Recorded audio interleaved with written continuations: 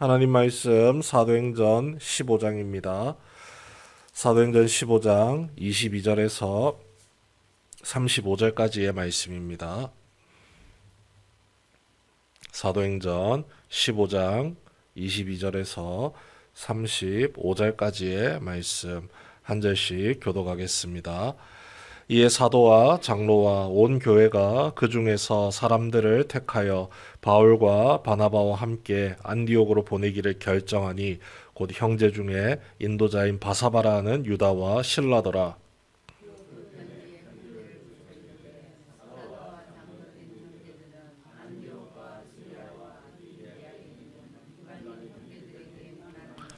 들은즉 우리 가운데서 어떤 사람들이 우리의 지시도 없이 나가서 말로 너희를 괴롭게 하고 마음을 혼란하게 한다 하기로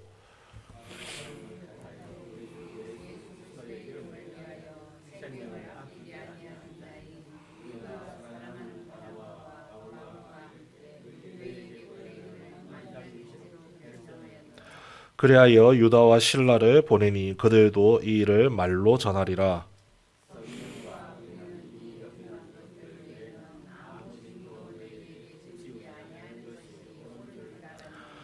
우상의 제물과 피와 목매어 죽인 것과 음행을 멀리할지니라. 이에 스스로 삼가면 잘되리라. 평안함을 원하노라 하였더라.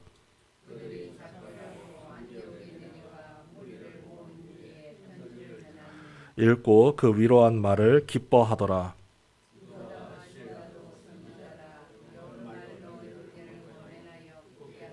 얼마 있다가 평안히 가라는 전송을 형제들에게 받고 자기를 보내던 사람들에게로 돌아가되 바울과 바나바는 안디옥에서 유하며 수다한 다른 사람들과 함께 주의 말씀을 가르치며 전파하니라. 아멘. 복음이 이방인들에게까지 계속해서 자연스럽게 전해지고 있는 과정 속에 있습니다. 복음이 쉽게 전해질 수 있는 이유가 무엇일까 곰곰이 생각해 봤는데 복음이 전해지는 자리에는 특별한 말이 필요가 없었다는 겁니다.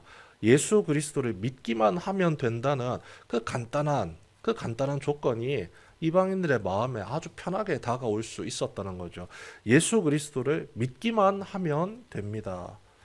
사도가 그렇게 바울이 그렇게 전했고 베드로도 그렇게 전했습니다. 모든 이방인들이 그 복된 소식을 들으면서 너무나도 기뻐했고 성령님께서 그 자리에 함께 임하심으로 그 복음이 온전한 복음이라는 사실이 분명하게 확정이 되었습니다. 날이 갈수록 믿는 사람들이 점점 많아졌습니다. 그런데 여기서 문제가 발생을 한 것이죠. 그리스도인들 중에서 이 복음의 은혜의 가치를 붙들고 살아가지만 이것만으로는 안 되겠다 싶어 하는 사람들이 생긴 겁니다. 바리새파 출신 그리스도인 그들이 오늘 이 사도행전 15장 1절 말씀을 통해서 이러한 상황을 만들고 있음을 보여줍니다. 어떤 사람들이 유대로부터 내려와서 형제들을 가르치되 너희가 모세의 법대로 할례를 받지 아니하면 능히 구원을 받지 못한다 하니 예수 그리스도의 복음만으로 우리가 구원을 받았다라고 이방인들이 이미 접했습니다. 이미 들었습니다. 그 말씀을 귀한 생명의 말씀으로 가지고 마음에 새기고 그 말씀의 은혜를 따라 살아가고 있는 중인데 이 그리스도인들이 또 내려와 가지고 거기에 하나를 더하라는 겁니다. 추가를 하라는 거죠. 모세의 법대로 할례를 행하라. 이방인들의 입장에서 할례는 굉장히 생소한 겁니다. 유대인들의 종교적인 문화였으니까요. 할례가 뭔데요? 할례가 뭐냐고 물어보니까 이러이러한 것이다라고 가르쳐 줍니다. 이방인들에게 있어서는 이 할례는 너무나도 이상한 겁니다. 자신들의 문화와 전혀 맞지도 않고 왜 그것을 해야 되는지 전혀 이해를 할 수가 없는 것이니까요. 반대로 유대인들에게 할례는 너무나도 자연스러운 겁니다. 나 사내 아이가 태어난 지 8일이 되면 부모님들이 직접 무조건 할례를 행합니다. 할례를 하는 이유는 이겁니다. 우리가 마치 주민등록증을 가지고 있는 것과 똑같습니다. 내가 하나님의 백성이라는 사실을 외적으로 드러낼 수 있는 표지가 바로 할례이기 때문이죠. 그런데 참 재미있는 것은 예수님은 율법의 완성이 되셨다고 스스로 말씀하셨습니다. 그럼 이 할례의 문제도 끝난 겁니다. 더 이상 몸에 이 증명서를 새길 필요가 전혀 없는 거죠. 예수 그리스도를 믿기만 하면 되는 그 믿음 하나로 우리가 이미 하나님의 구원받은 백성으로 칭함을 받게 되었다는 겁니다. 더 이상 필요가 없는 겁니다. 그런데 바리새파 사람들이 왜 할례를 강조하느냐? 그들의 습관 때문이죠. 전통 때문입니다. 안 하기엔 찝찝하다는 겁니다. 이때까지 내가 평생을 살아오면서 지켰던 율법인데 사실은 단숨에 끝을 내야 되는데 이걸 버리지 못하고 마치 미련을 가진 채 질척거리는 것과 똑같은 거죠. 이것도 필요해, 이것도 필요해. 스스로를 위로하면서 함께 붙들고 나가고 있다는 겁니다. 함께 붙든다는 것은 또 다른 표현으로 이야기하면 이겁니다.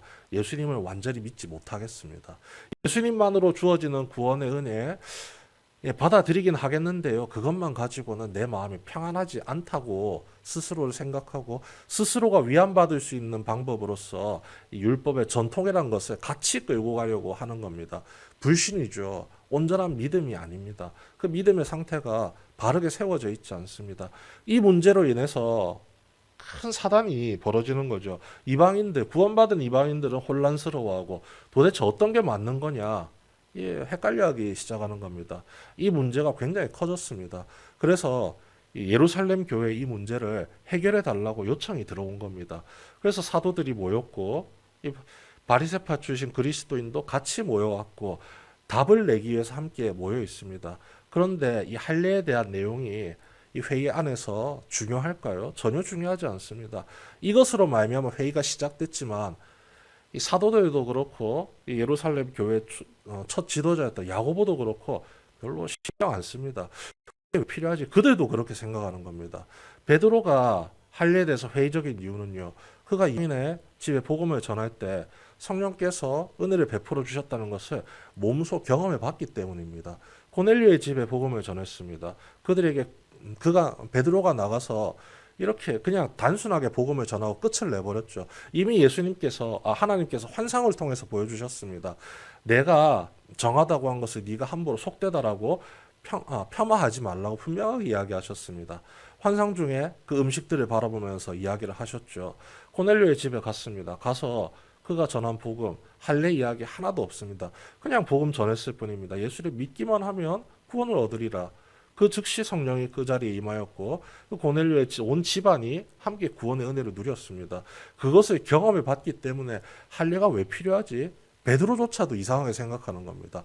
할례 없이 복음을 전하기만 해도 모든 사람이 그것을 영접하고 성령님께서도 그들이 복음을 받아들였다는 사실을 우리에게 증명해 주던데 하면서 이 바리새파 그리스도인들의 주장이 굉장히 하찮은 주장이 되어버리고 논의될 필요도 없는 주장이 되어버렸죠.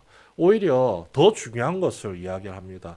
내가 하나님의 백성이라는 사실을 외적으로 드러내 보이는 것, 이것만 가지고 있으면 나는 하나님의 백성이야. 스스로를 위로하고 당당하게 살아갈 수 있는 것, 그런 표지가 중요한 게 아니라 내가 하나님의 백성이 이제 되었다면 어떻게 살아갈 것인가, 그 이후의 삶에 대해서 생각하는 것이 훨씬 더 중요하다는 것이죠. 그래서 오늘 말씀에 지금 오늘 우리가 읽었던 말씀은요, 그 이방인들에게 예루살렘 회의에서 결정된 내용을 이제 전해주려고 하는 편지의 내용이 담겨 있는 겁니다. 이방인들에게 기쁨의 복된 소식을 전해주려고 이제 바나바와 바울 그리고 실라 이렇게 예루살렘 교회에서 파견된 일꾼들이 나간 것이죠.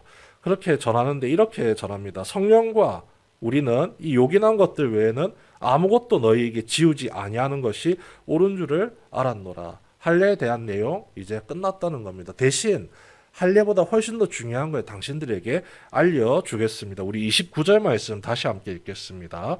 15장 29절입니다. 시작. 우상의 제물과 피와 목매어 죽인 것과 음행을 멀리할지니라. 이에 스스로 삼가면 잘 되리라. 평안함을 원하노라 하였더라. 우상의 제물과 피와 목매어 죽인 것과 음행을 멀리해라.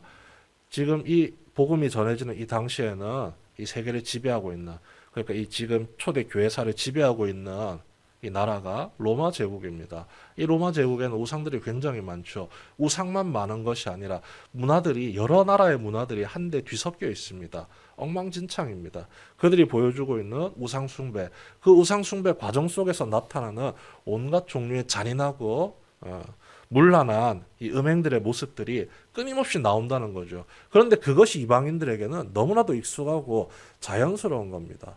그래서 예수 그리스도를 믿는 그 믿음의 은혜로 구원을 받은 백성임에도 불구하고 여전히 그냥 아무런 생각 없이 우상 숭배하는 모습들, 저게 뭐 참여하기도 쉬운 것이고 영향받기도 너무 쉽다는 겁니다. 그것을 단번에 끊어내라는 거죠. 이제 너희의 소속은 하나님의 구원받은 백성이고 예수 그리스도의 은혜로 말미암아 믿기만 하면 구원받은 하나님의 백성이 되었기 때문에 소속 분명히 해야 된다는 겁니다. 더 이상 우상들에게 눈 돌리지 말라고 이야기를 하는 거죠. 그들이 보여주었던 너희들이 그토록 재밌어하고 즐거워했던 이 우상의 문화들에 더 이상은 몸을 담궈서는 안 되고 발을 들여서도 안 된다. 할례보다 중요한 것이 변화된 너희들의 삶의 모습을 드러내 보이는 것이다라고 분명하게 가르쳐 주는 것이죠.